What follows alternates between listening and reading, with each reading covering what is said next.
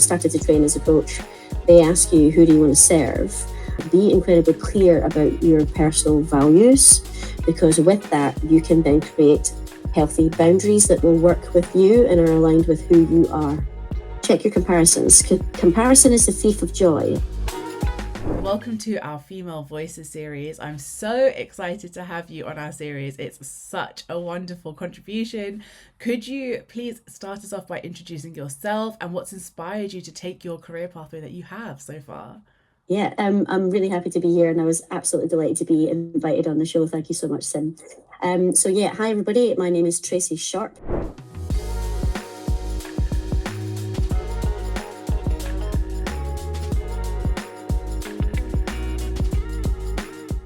My background is actually engineering and product development.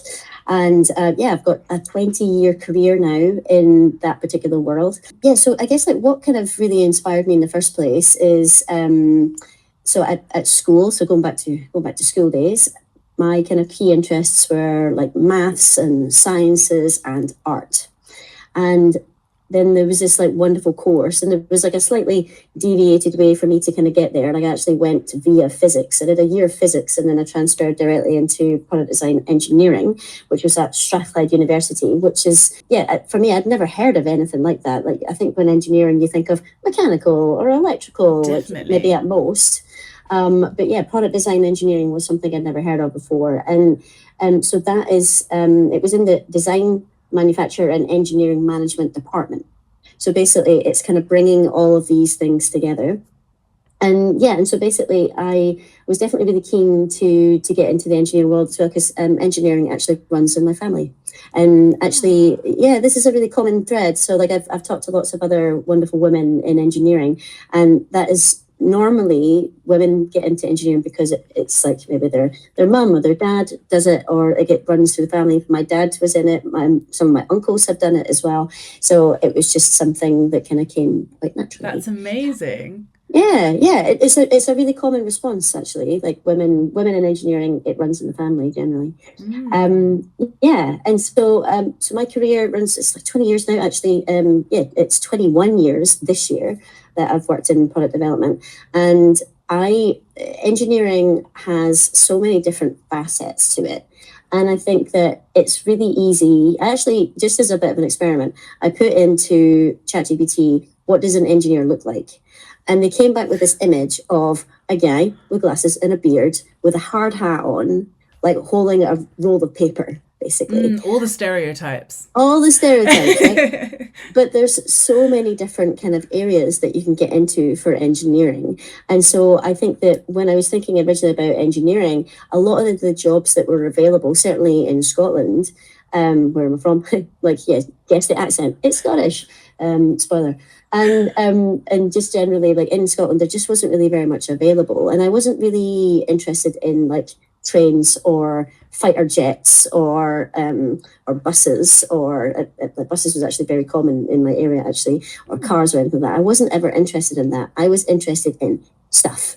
So laptops, hair dryers, coffee machines, kettles, real stuff that I interact with on a daily basis. Okay. And so that's kind of why I ended up into product development, basically. And so, I've worked in a number of different kind of industries. I've worked in small companies, startups, scale-ups, really big companies, and I've been associated with quite a few big names. So I worked for SharkNinja for a while, which no one had ever heard of SharkNinja when I joined, especially in the UK. But in that 10 years since I joined, it's absolutely exploded. It's so successful now. I'd also been affiliated with GHD for the hair dryers. I did some work with TomTom back in the day as well, and some stuff with Google, Nestle, so coffee machines and that sort of stuff. So KitchenAid was another one that I worked with. And so, basically, that's kind of my core background. And over the years, I'm doing less of the kind of nuts and bolts and doing all the details. And it's more about understanding the process and bringing all the right players together to kind of make the right decisions and make something happen. So I'm definitely very much about people and process.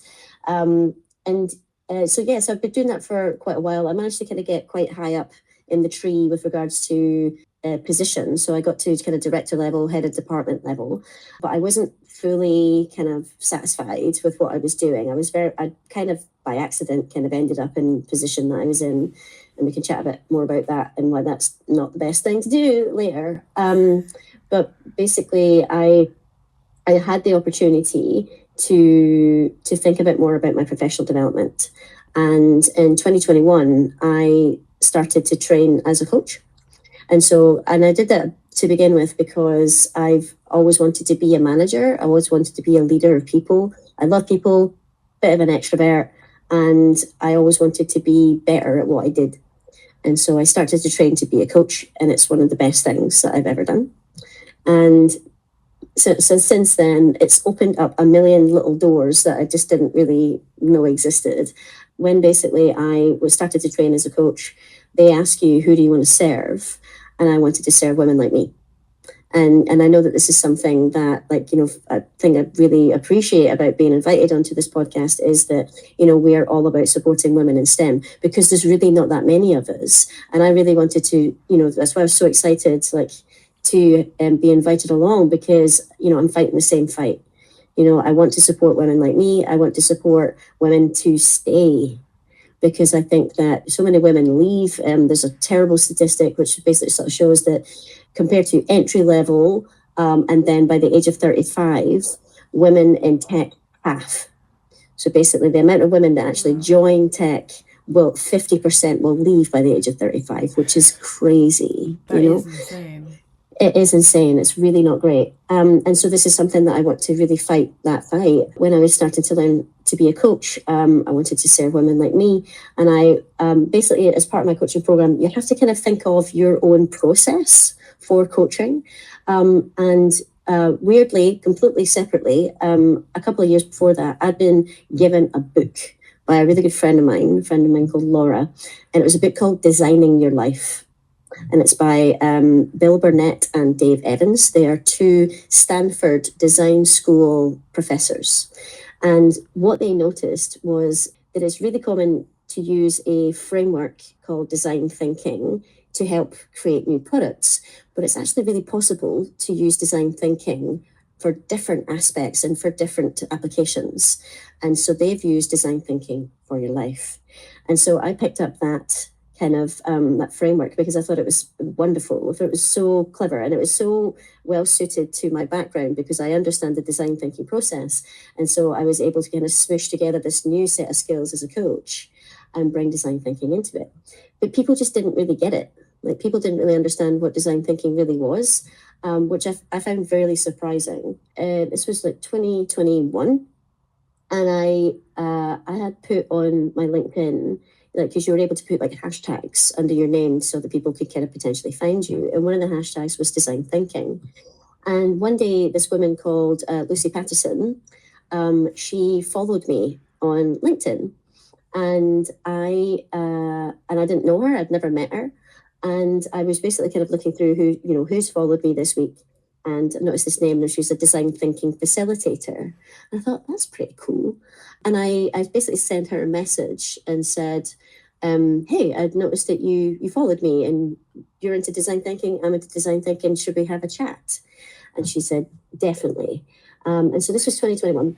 And yeah, so we basically kind of get to chit-chatting, and we basically talked about, this is 2022. And we basically got to chatting about the fact that there's this wonderful thing called design thinking, and nobody really understands what it is. And she said, well, do you think we could join forces and try and basically kind of explain to the masses about what this is? And I said, yeah, sure. She said, what about a podcast? I was yeah, sure. And basically she said, what should we call it? And I said, what about the Beginner's Guide to Design Thinking? She said, sure. And so basically that's where my podcast came from, which is how we got to meet each other, Sym. Yes. And so we met in the Digital Women Awards ceremony in London in 2024. Where you became the award winner for your incredible podcast. Yes. Yeah, exactly. So, so basically this is one of the many kind of aspects to my career. So I am an engineer, a leader, a coach, a mentor, and a podcaster. And so I really kind of want to sort of share today and take a bit of time, not only to sort of talk about my career in engineering, but to talk about my podcast, which is the Beginner's Guide to Design Thinking. Yeah, I think we're up to date. That's phenomenal. I mean, thank you so much. I've gathered some of your story before in having our interactions together, sharing our table at the awards as well, but I didn't know that there was such a multitude of what you're doing as well. So many facets, so much growth, and it's phenomenal. And that is exactly the reason why we have this series to platform like journeys like yours. But I mean, before we get into all of that, what I would also love, if you don't mind, is for those of us that are new to the concept, could you perhaps like explain the concept behind what you think design thinking is, and even like why it's essential in today's landscape, and it's helping those of us navigate the sort of like professional landscape and way that we're navigating ourselves these days? Yes, no problem. So as I kind of alluded to, just like in that kind of previous answer, so design thinking, it's a structured framework for generating new ideas that getting it to really stick. That's it in a nutshell. So it's an innovation framework. Why it's really kind of important at the moment is, it's 2025 and everybody's belts are kind of being buckled tighter. So like businesses are really under a lot of stress. Like, it's a really difficult and economical landscape. And so people are less reluctant to innovate. When people talk about or think about the word innovation, I think everybody kind of regards it as a bit of a kind of big and scary thing. And it's sort of like something that they're like, oh no, that's for the Elon Musks and the Johnny Ives and the Steve Jobses of the world, about the fact that this is generally like massive changes in the way that we do things. Whereas it's actually not really about that. Innovation can not necessarily about massive big steps, but it's more about making small, decisive, correct modifications of what you're doing. And so design thinking helps you to get really clear about what problems you should be solving. Interesting. So, yeah, super interesting. So I think that the first kind of early stages of design thinking is all about empathy. Because innovation, it's meant to be sort of centered around humans. It's all about kind of like helping us to do what we meant to be doing a bit better.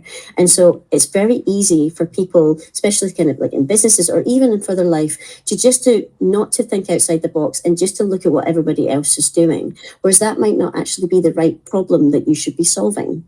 And so having the kind of early stages, it has like a big load of structured work and exercises and methodologies at the beginning to get you really, really clear about what is actually kind of going on. So say, for example, it's your business. Say, for example, your sales are going down. Start talking to your customers, starting to kind of get really, really clear, or watch them use your product. Watch them sort of like, actually, are they using it in the way that you had intended it to? Mm-hmm. Are they using it in a way to unleash its full potential? How are people actually engaging with it? What their assumptions are they making? How are they using it intuitively? And then you can actually get really clear about, well, how do we actually progress this product forward? How do we innovate in a way that's actually really helpful? So the front half is all about being incredibly intentional with what you do. And then the second half is all about helping you to get to your final goal, but helping you to do it in really structured and intentional steps. Not only to kind of help you try stuff, but to help you get that positive feedback loop. Because I think that it's really quite easy for you to potentially make a whole big massive change, but actually that's not the change that you should have made. And so rather than you kind of go like, I'm going to completely change my career, I'm going to completely change it, and I'm going to, so my background's engineering, I'm going to get into marketing. So I'm going to potentially get into marketing. And so one option could be is that I quit my job, I go to university, I study marketing, and then I get a job in marketing. That's one way of doing it. But what if I invest 3 years of my life to study a completely different subject, and then actually turns out I just didn't like it? Whereas the concept of prototyping, the concept of iterative innovation is, well, what if I was in this job at the moment I'm in right now in engineering, and what if I could potentially shadow someone in marketing? What if I could do a secondment in that? What if I could potentially bring in some of the elements, or basically have a discussion with 10 people in marketing to fully understand the scope of what could potentially be involved in that, to then potentially try stuff. What are you actually interested in? What is aligned with your personal values? What is the problem that you're trying to solve? What is it that I don't like about engineering? And what is it I'm curious about from the marketing space? How could you start to bring that into your day-to-day to try and see if you could move yourself forward? So basically, it's helping you to kind of get to a final goal with intention in a way that is sustainable, in a way that's actually aligned with what you need to do. That's very interesting. And I mean, I'm assuming that that doesn't necessarily come under a certain time frame. It's something that you like almost like A/B test as you're going alongside the process. That's exactly it. So you're basically doing a series of mini beta tests. And so rather than sort of saying like, I'm just going to try marketing sort of thing, it's like, no, I want to see what it's like for me to be more engaged with customers. I want to see what it's like for me to be more creative with solutions or something. What is it that's missing? And how can you bring in that area? And then the idea of the prototyping is, how do you want to feel? What do you want this to look like? I think we're all I'm very used to the concept of prototyping because my world is kind of product. And so, you have a new product, you've got to drop it down a flight of stairs. You've got to like kind of simulate it going on a plane. You have to kind of test it 1,000 times because you need to see if it's actually going to work and do it as intended.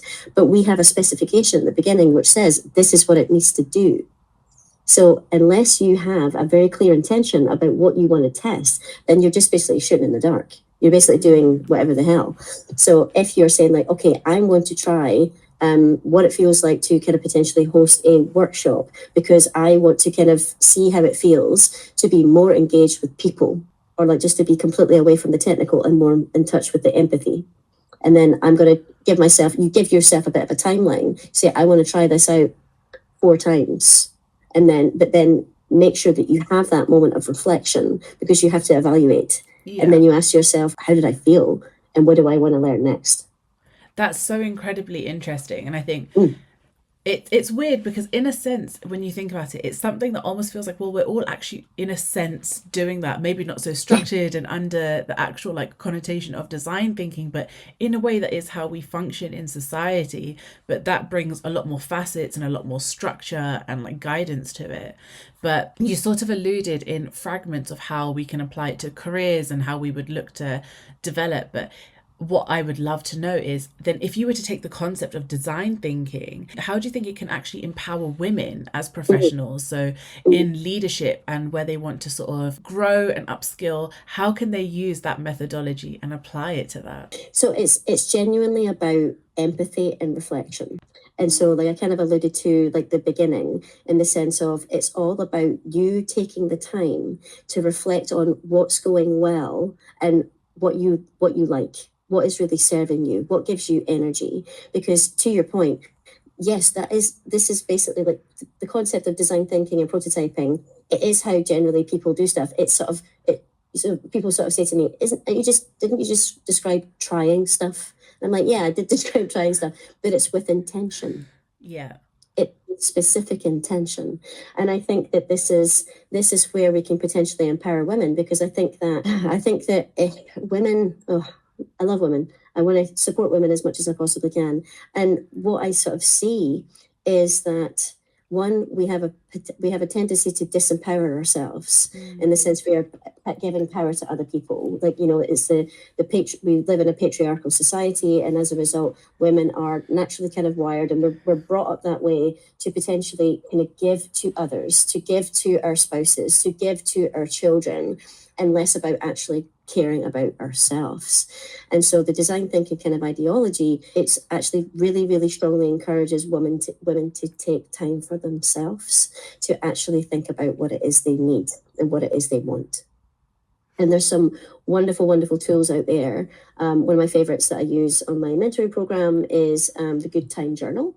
And it really encourages you to think about your life in a 3-week period and think about all the main chunks of work that you do in that 3-week period. So, like if you have a particular background in engineering, so like what does engineering actually mean? It's just like, well, I could be looking at 3D CAD. I could be talking to suppliers. I could be looking at bills and materials. I could be thinking about cost reduction kind of opportunities.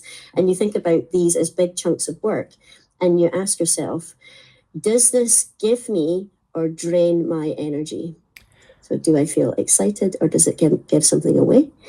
And do I feel in a flow state or not? Like, how much of a flow state do I feel in? And so what that really means is, do I feel like time has sort of stood still?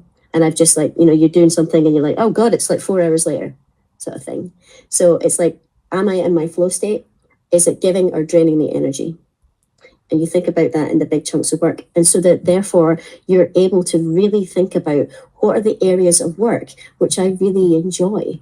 And therefore, in terms of how can I take that information to empower myself? You could potentially kind of use it to ask yourself, do I want a promotion? Is it actually aligned with the work that I enjoy doing? Is it actually, should I become a subject matter expert? Does this whole thing, does everything I do drain me and I need to get the hell out of here? Like, does the people that I work with, do they support me? Or like, what are the kind of main areas? And it really asks you, it really encourages you to reflect on a regular basis to ensure that you are not only thinking about what went well and like what is like potentially supporting and encouraging you, but what are you going to do differently next? Having that intention so that women can really make the decisions for themselves that are right and aligned with them. Oh, I love that. No, thank you so much for sharing. I mean, it's really interesting because obviously with sort of any methodology that helps us sort of process things and make decisions, there's nothing to say, oh, this is only aligned to your professional life or only to your personal, etc. But what I actually really enjoy about it is really does fit into every compartment and like pigeonhole of life. Yeah. So it's like, I mean, in a weird way, you could apply this to managing relationships with friends, family, romantic relationships, colleagues. But it's also the fact that this is something that is so poignant, particularly where we are talking about the conversation around women in professionalism and their careers in and around STEM, and even in every field.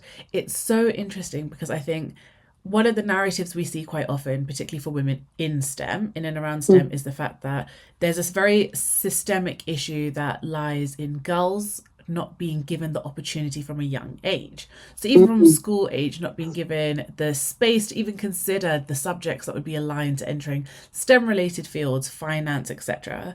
Or I know that some people now refer to it as STEAM as opposed to STEM. And then if you think about the idea of design thing, it's so interesting because if you were to implement that in a daily life, that's something that you could really use to regulate yourself along your career pathway from as early as educational years to see, okay, is this the right type for me? Is this the right way? And even when you're in those situations at work with whether it's colleagues or encountering situations where you're like, am I actually burning out? It's such a good way to regulate yourself. It sounds from the way that you've described it, I mean, I am what you'd classify as a rookie because it's your bread and butter. But it sounds like it's such a phenomenal way for people, men, women, everybody under the sun, to use that ideology to really upskill, and not just upskill, but like you said, give yourself that room and that grace. Because it sounds like one of the great things is, and we see it with women in particular, like you said, we're very generous, but we also have this drive that is because where society may not be, whether it's the fact that society isn't structured to give us the opportunity, or we haven't had the time or the opportunities to gain access to certain groups and tables, it is a fantastic way to say, okay, well, how can I get away onto that table? How can I sit into that conversation? So I love it. I mean, it's a great way that if you could build that as a habit, I think that would be life changing. Been kind of doing it myself. Like, I've been trying to live my life that way for the last like 4 years, I would say. And what I would say is that positively, my mental health is probably the best it's ever been. Like, I'm doing work that's incredibly fulfilling. I'm like making these like wonderful connections with like super excellent people. I'm learning all these different skills, which I never ever thought that I would ever learn. But at this point in my career, so like as I mentioned, it's like 20 years in my career. If you look at my resume, it's quite stop-start. The last couple of years have been very stop-start. And what that actually really means, it's like it's a shifting. Okay. It's a gradual shifting. And so I think that so I've had some people kind of like have had interviews where some people said like, oh, I noticed the last few years of your career have been like a year here, a year there. What do you think about that? And so for me, it's like I'm making more intentional decisions. And if something's not right, it's time to go, basically. And I'm able to kind of get to that point a bit faster. And like, yes, like, and I think it's really important for me to kind of acknowledge my privilege. I have to acknowledge my privilege. I have a very good network. And so like, and I have like, I'm not married. I don't have any kids. Happy about both of those things. And, I have the financial freedom to do this. So I know that I'm able to do this. Not everybody is able to do that. But I think that for me, it's a path to fulfillment. It's a path to contentment and peace, which I think that it's something that a lot of us really strive for. I love the transparency, and I think the fact that it's something that can also like help with mental health as well, like what you touched on, is phenomenal, because we see so many things about like women and the impact it has when we're limited by those glass ceilings and the sort of ideologies that exist, but also there's so much positive space and there is so much positive growth that we're also seeing in terms of opportunities. So it's fantastic, and I love your description of it, and it sounds so helpful. So I hope that anybody who watches this can take something away from it. But what I would also love to ask you about is what you've touched on already, which is about the fact that you are basically doing 1,001 things, coaching, you're doing engineering, podcasting, absolutely everything, award winning. How and like what has motivated you to take so many different paths? Because many of us try and sort of streamline ourselves to one thing and become really great at that, whereas you've confidently taken strides to do multiple things and excelled at those. So it'd be great to know what sort of motivated you to do each of those elements. I think that to sort of summarize it, I think a lot of it, some of it's kind of happened by accident, but a lot of it has happened by just saying yes. Okay. Just yes, but then also just like leaning into what I'm really interested in. Because like I have tried, I have tried a number of different things. So like engineering, like that's kind of my bread and butter. Like to getting into coaching, it's because I wanted to be a better manager, basically. And it's like because I wanted to be the best manager I could be. I'm actually really interested in psychology as well. So I'm a bit of a psychology nerd. I think that some people sort of think to themselves like, well, what if I could do everything over again? What would I do? And I think I would probably study psychology instead of engineering, actually, because I find humans, and to be honest, it's more about their motivation. I'm so curious about human motivation. Like, why do people make the decisions that they do? So I'm quite interested in like kind of like relationship dynamics and like psychology and psychotherapy and stuff like that. So I'm really interested in that. And so coaching was a bit of a kind of like an entry level to that kind of world. But it was basically the motivation behind it was to be better at what I did as a leader. I know coaching kind of gets a bit of a bad rap sometimes because it's very oversubscribed and you get people calling themselves coaches, but they aren't. And so, I would say the disclaimer for that is like, I genuinely studied for it. I'm an accredited coach. So I'm accredited with an official body, the International Coaches Federation, which basically prevents people from kind of claiming to be something that they're not.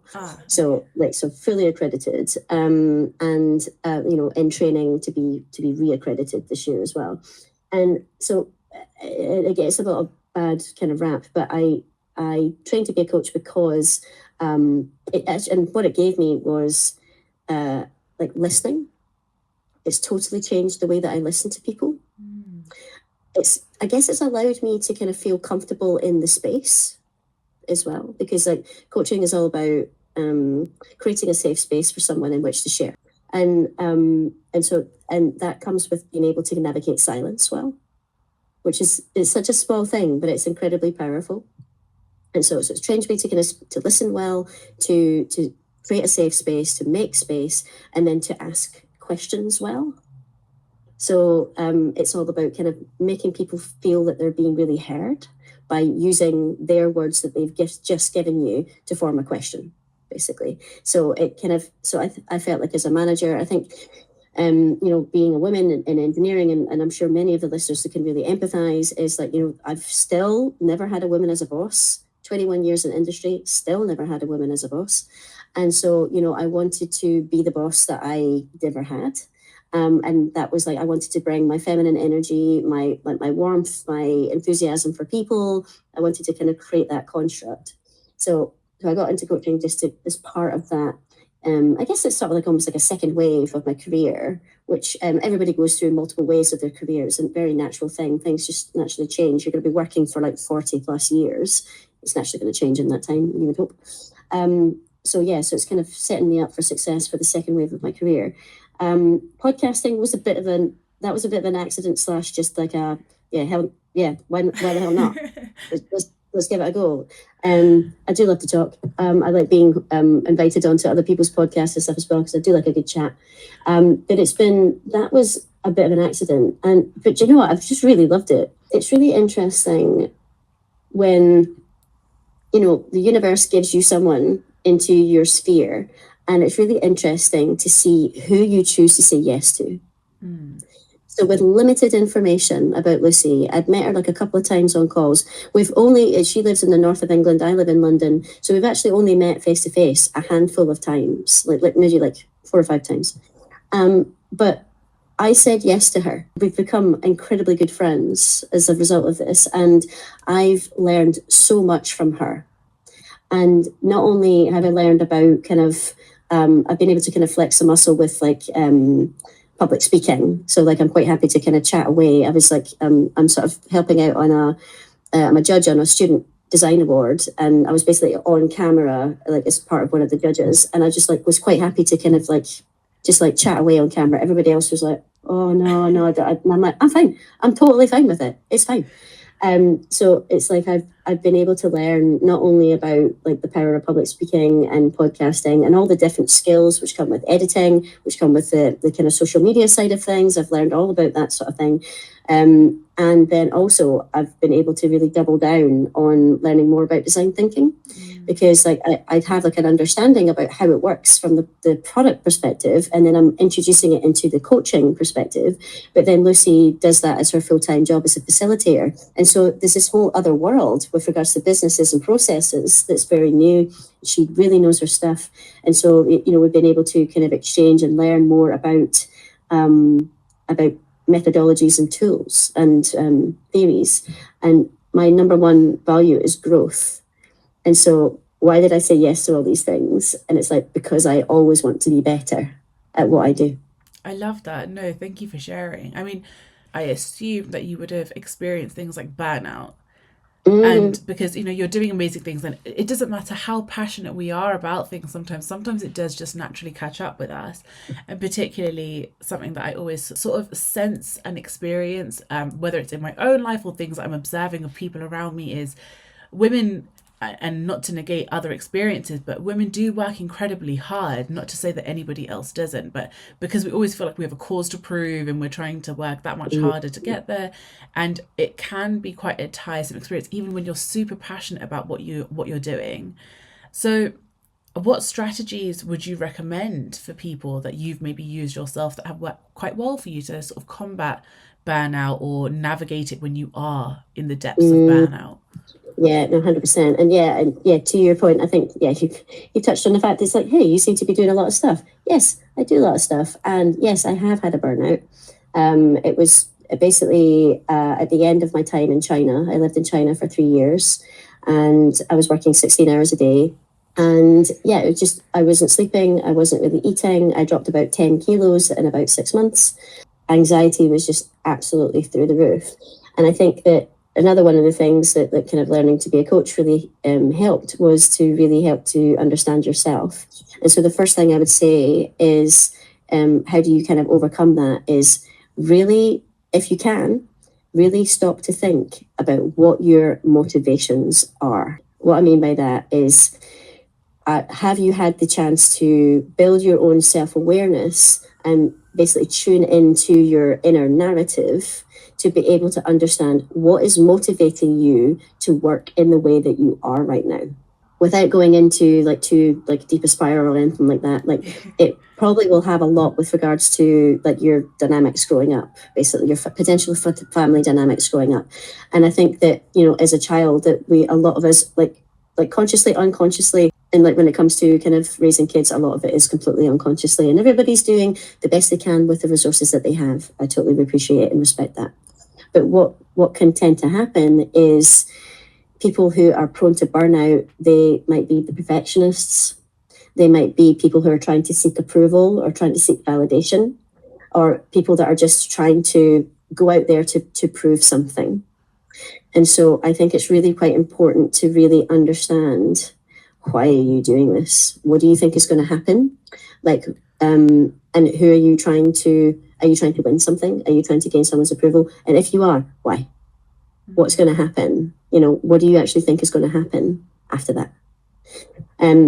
So I think that there can be a lot, connected. There's a lot of different facets in that, and obviously, I'm not a psychiatrist, I'm not a psychotherapist, I'm a coach, I'm not a counsellor, so I don't treat anything like this. But I have gone through my own personal journey. So speaking from my own personal journey, a lot of my kind of burnout was because I didn't want to let people down, and I didn't want people to think badly of me, and as a result, I was going way above and beyond what was healthy, basically, to continue to work in the way that I did. I've basically done a lot of work with psychotherapists and therapy, basically, over the last few years to kind of really fully understand that's the number one thing to really think about. But the other thing, in terms of like, well, if people don't necessarily have access to that kind of support, then the other thing that we kind of really mention is like, be incredibly clear about your personal values, because with that you can then create healthy boundaries that will work with you and are aligned with who you are. If you are not really clear about your values, then your values then become those that belong to the person that's giving you the work. If you don't know what your values are, you're not controlled by your own values, then you will be controlled by your manager's values, or the person that's like delegating the work to you. And so if they are like motivated by fear, if they're motivated by economic security, if they're motivated by the bottom line, then you're going to be motivated by the bottom line, unless you have that self-awareness and you're able to say like, well, I just mentioned my number one value is growth. And so a lot of my motivations will be like, am I going to learn something from this? Am I going to grow from something like this? Is this going to take me in another direction? Am I going to learn new skills? That sort of stuff. I'm always trying to level up. And so, yeah, so basically, there's lots of different kind of values analysis tools out there on the internet. But basically, it's helping you kind of understand what motivates your choices. So what are you spending your disposable income on? Who are the people that you surround yourself with? What do you respect in other people? What do you admire in other people? When did you feel proudest? Those sort of things. Like, I value integrity. I value freedom. I value connection. So what is it that you really value? And can you pay attention to how you speak so that you understand what you value, so then you can create boundaries which are applicable to you? Yeah, no, that's incredible. Thank you. I think the really interesting thematic thread that I'm seeing with everything that we've spoken about so far, from like your podcast and design thinking and the way that you approach situations, is the point of reflection as individuals and professionals is paramount, because not only does it help sort of navigate the career pathways we take and the decisions we make, but also that self-regulation to help basically check, like, are you good? Are you happy? Yeah. Is this the right way to do this? Is this the smartest way to do this? Because there's multiple ways of doing anything. So I love that, because I think it's such an important way for people to sort of say, okay, most of us don't really realize that we're at the point of burnout until we get there. Yeah.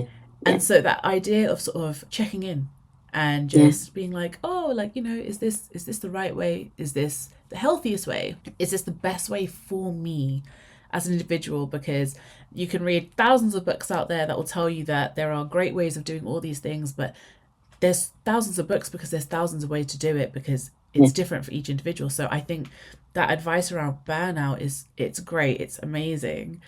But what I would also like to sort of delve into is the flip side of like looking away from the burnout side of, for people that are trying to build confidence. Mm-hmm. So, because that's another really big thing that we struggle with. I mean, I struggle with it, and I know that I come across these incredible women that I've spoken to throughout this series, and so many of them are so transparent, and I adore them for it, because it's so empowering, where they're like, I can still walk on a stage and be terrified. Or, when I've been doing things that I've been doing for decades, it still can be concerning, or I can be a little bit like on edge. So if you had to pick potentially 3 top tips for building confidence, what would they be? Check your comparisons. Comparison is the thief of joy. A lot of people sort of like lose their confidence because they're looking at everybody else around them and making a whole bunch of assumptions about how they think and how they feel. And I think a lot of people are very much kind of making these unfair and unrelevant comparisons with other people and getting themselves stuck in a bit of a loop, basically, of like that kind of a bit of a spiral of negative self-talk. So what I ask people is like, can you reality check your comparisons? So if you're sort of saying, I'm just like, oh, wow, look at Sym, like she's absolutely amazing. She's like absolutely smashing it with her podcast and like everything that she's doing. She's like award winning and stuff as well. Just like, oh my God. It's like, is it actually fair for me to compare myself to Sym? It's like, no, because we don't have the same background. We don't have the same kind of like field of experience. Like we're probably not the same kind of age. We're in different spaces. So not only is it not fair, it's not relevant. What is really important is how to flip the narrative on the comparisons is what are you sort of saying to yourself, or what are you jealous about? How can you then use that to your advantage to put you in the direction of where you actually might want to go, like a bit like intuitively might want to go. So say I was sort of jealous of the stats or the numbers for this particular kind of podcast or like YouTube channel. What if I was jealous about that? And just like, well, what's that really telling me? And it's just like, well, it's telling me that maybe I would like to have a bit more acknowledgement. Or I would want people to follow more about what I think or what I say.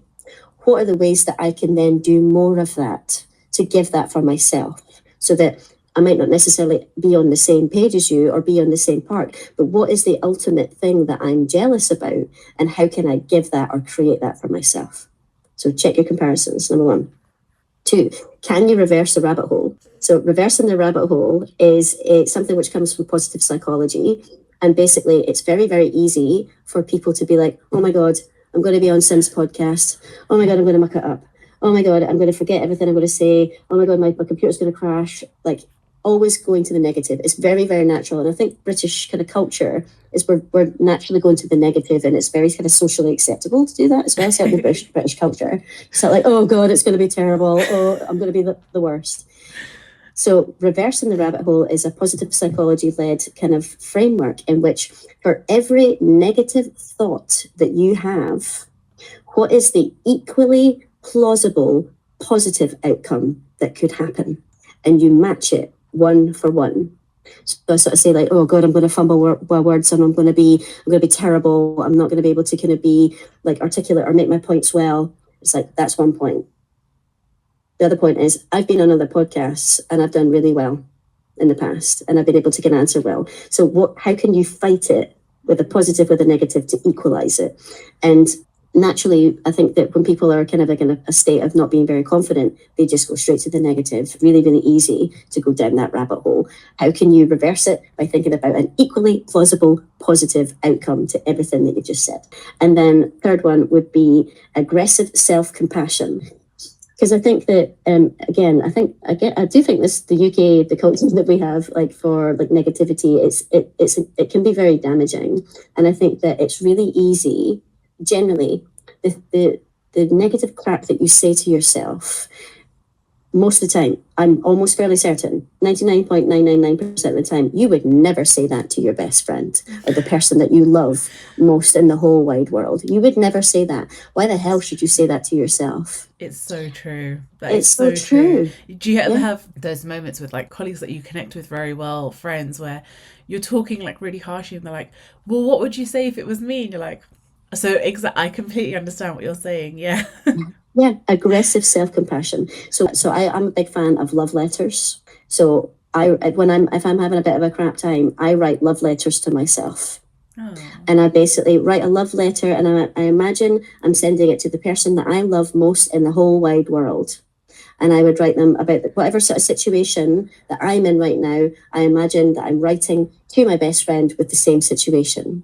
So say, for example, like I'm feeling really kind of down, struggling to make something work. And I'm just like really kind of down on myself. And so what would I say to my person that I love in the whole wide world? What would I say to them? I write that down, basically, with those words, with that situation. Do it as often as you can, because it's something, it's really, really helped me. Like gratitude and self-compassion has really, really flipped the narrative for me for confidence. Oh, no, I really like those. Thank you. I think it's something we can all benefit from, whether it's on an individual basis or professional. But I think particularly when it comes to the narrative around imposter syndrome, like what you said, it is so prevalent. And I think it's something that even when you could become COO, CEO, and you can still have those moments. So I think those points where you're like, okay, the rabbit hole is so real, but exactly like what you said, challenging that mindset and sort of realigning yourself, talking to yourself as though you're your best friend, it's great. It's super important because, who's going to advocate for you stronger than Yeah. yourself? Yeah. Yeah, exactly. You spend the most time with yourself in your own brain. So it's like if it's not a nice place to be, then it's not a place that you're going to want to stay. And it's really get the journal out, write myself a really lovely love letter. Oh, that's great. I mean, that's amazing, like regulation and sort of like self help. I think it's really important that people find the tools that help them and sort of balance out because work is stressful, building a career is stressful, all these facets of life are. But finding those tools that help you is so important, particularly when we're in fields that are maybe male dominated or in a tougher environment or one where maybe you feel not as a part of the furniture as what other people do. So that's amazing. Thank you. Continuing the conversation around industries which are maybe overlooked or from a female perspective, your engineering side, I would love to sort of like touch on that ever so slightly because there's a lot of misconceptions as what you described, the chat GPT image, like the man, like the hard hat, the paper in hand, like the very like stereotypical image that we all know. But what do you think is a really common misconception that you often hear about engineers, and what would you actually want people to know about it instead for women? So I think that to the point of the chat GPT, there's a hard hat. They might be in a messy environment, they might be in a dirty environment. And so what I would say is engineering, regardless of what your skill is, there's somewhere you could go, basically. And I think you don't need to be in a smelly, dirty, oily environment with a hard hat on. That is the stereotype. I mean, don't get me wrong, I have been in dirty, smelly, messy environments, but sometimes I bloody love them. And so, like, I love factories. I love to be, because there's just so much buzz and there's so much going on. And it's like, it's the fruit of your labor sort of like happening. I genuinely love factories, and I've spent a lot of time in dirty, smelly ones. And I worked in a factory for a year as well. So what I would say is there's a place for everyone. And what I would say is that you don't have to necessarily be everything. And I think there's certainly like engineering, a lot of people kind of lean more towards the mechanical, as I kind of mentioned before. And it can be like, I need to be really interested in cars. I need to be really interested in boats or planes or submarines or whatever. Like, no, you don't need to. There's so many different things that are engineered. And I think now as well that we're in this kind of like digital revolution, certainly like with regards to AI, that, you can work for companies and you don't even have to leave like the comfort of your own home. That there's so many kind of opportunities out there in like kind of software. There's like so much happening in that world and in AI at the moment.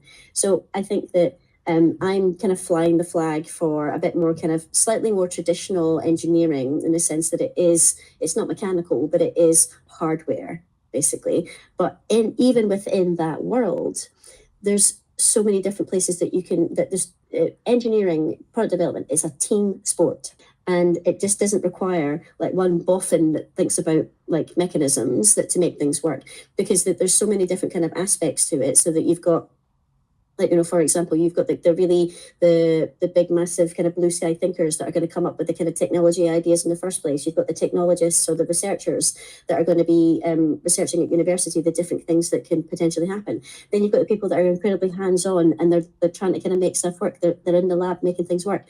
And then you've got the people who are like, well, okay, that's one idea, then how do we fit it in within a particular framework? So people are doing the kind of 3D CAD modeling, or they might be in the workshop kind of like bodging something together. And then there's got the actual kind of making it happen. So it'd be like someone making the tool, it's someone testing it, it's someone like doing something 1,000 times, it's someone thinking about the quality, it's someone kind of looking at the statistics of it, it's someone kind of then going on to do the marketing, it's someone doing the project management, it's someone thinking about the materials. There's so many different aspects to it. It's not one thing. It can be a multitude of things, and there's a space for everyone, for all types of skills and talents. Oh no, that's amazing. Thank you. I mean, so do you think that there are any particular skills that would be most critical for the next generation of engineers, and especially like women that are looking to enter those roles and maybe aim for leadership angles as well? The main thing, the main skill is curiosity. If you're not curious, then you're not going to be then curious about how something works or how something's made or what the materials or how that behaves. So I think that curiosity, it's a skill that nobody's really talking about. It doesn't necessarily need to be about maths or like, can you work an Excel spreadsheet or something like that? There's people that are incredibly good at that, but it genuinely is about curiosity. If you're talking about leadership, then I think it's really about collaboration and communication. So it's a team sport. Are you a team player? And the kind of in the last 8-9 years, my career has definitely been more in the leadership track. And the thing that I really genuinely love to do is the cross-functional collaboration, because it's all about building those relationships. It's all about ensuring that you are sympathetic for like what everybody does and how that plugs into a greater thing. So I think, collaboration, communication, strategic thinking, basically just like, it's not just getting really stuck into the nuts and bolts. There's someone that's going to do that. If you're a leader, you're naturally going to take a bit of a step back, and you need to be looking at the machine instead of looking at the cog. So it's like, how does that kind of break down? Can you anticipate? Can you predict how people are going to react? Can you build the relationships to have the dialogue that needs to be made to make the right decision? And how do you think, sorry, I promise this will be my last question for you. No, I've got all day. Let's go. How do you think people can switch between the two? Because in the growth of your career, you go from being the cog to the person observing the whole machine. So how do you flip from being the person doing to then being someone that's like, okay, exactly what you said, predicting how people would behave and is this the smartest way? How do you make that flip? Do you know what? I'm actually coaching someone on that very subject right now, actually, because they're struggling with it. They're struggling with the flip because their background is in engineering, and they're making kind of transitions into management. And what I would say is, to make the flip, you have to be able to understand and accept that both those sets of work is needed. Because I think that when you've become like as an engineer, it's easier to be able to attribute your worth and your contribution by doing. So maybe you're creating the 3D CAD that contributes towards this mouse being made, and therefore it's more tangible. You can see it. Whereas the leadership aspects of it, you have to be able to understand that talking to people and making decisions and bringing together the right data to then make the decision and have discussion, that is just as valid a piece of work, and it's not any less valuable.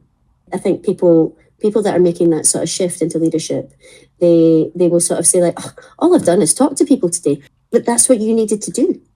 That's what you needed to do. It's not just about chatting to someone. You weren't just sort of like talking about EastEnders or something like that. You were like basically like talking about, how can we bring the right data together? Or like, what do we need? How can we feel confident that this is the right decision? It's bringing together a different part of the brain, basically. And so it's almost like a left brain, right brain switch. So what I would say is like, how do you flip? Not everybody has to flip in a day. Not everybody has to flip moment to moment. Generally, one group of people are doing one job, one group of people are doing a different job. But it's about that transition and the acceptance of like, actually, oh no, this is a good thing for me to be doing, as opposed to like, oh no, I need to be pumping out a spreadsheet or something. Like, no. It's all part of the journey. It's all part of the machine. Yeah, no, that's fantastic. Thank you. Well, I mean, when you look at it, it's such a difficult shift when you rely predominantly on, let's say, your hard skills, and then the leadership side is also driven largely by the softer skills, like you said, understanding people, having those conversations. So that can be quite a difficult thing, and you see that along the career pathway as people work incredibly hard to upskill, gain those hard skills, do what you need to do, whether it's engineering, marketing, math, science, etc. But it's wonderful advice, because understanding that and then looking at it from the flip side of, okay, well, there's somebody who's helping shape what I need to do as I'm the person that's the cog, so now I have to flip the other way. So that's amazing advice. Thank you. And I actually literally wrote a blog post which is released today, which is sort of like, is leadership or technical expert the right way to go? And what I would say is that a lot of people who are very good at their job technically get promoted into managers, and they're not the same skill set at all. They really are. Just because you're good at this doesn't mean you're going to be good at this, and doesn't mean that you want to do this as well. So it's not only appreciation and acceptance that work needs to happen, but it's also, am I interested in doing that work? Yeah, absolutely. Absolutely. And it comes back down to your design thinking of considering whether you want to do those things, how to achieve it, and if it's the right thing for you. So that's amazing. What a lovely rounded episode. I am actually at the end of my questions for you. I mean, I could still sit here and ask you 1,000 more. However, I think you would probably be better off using your time for something else rather than listening to me going, but what about this? But I am so incredibly grateful to you for giving me your time, giving Unlimit your time, and sharing so much valuable and personal knowledge and experience. It's such a wonderful thing to see. And I think the things that you've achieved, the things you're still working on, they're so inspiring. And because you're doing such a multitude, and they're also on such different trajectories as well, it's phenomenal to see, and it's inspiring to people from all different backgrounds. So having you here with us and inspiring other people, it's such a pleasure. And I can't thank you enough for your time. It's been a wonderful conversation. Oh, no, thank you. No, thank you so much. And thank you. That's so kind of you. Thank you very much. And yeah, exactly. What I would say is that you don't have to fit yourself into a box. It's just like, my career was engineering, but doesn't have to be the be all and end all. And I think that it is important for people to lean into the skills that they're doing. And what I would say is, if anybody's listening and they're thinking about kind of taking their career in different kind of avenues, I would say start off as a hustle. What could you do as a little hustle? What could you do as a side? What could you do in the evenings and weekends, lunch times, to kind of really prototype your way forward to see if that's something you want to do? But yeah, it's been an absolute pleasure to share my story, and thank you very much for making the space. I really appreciate it, Sym.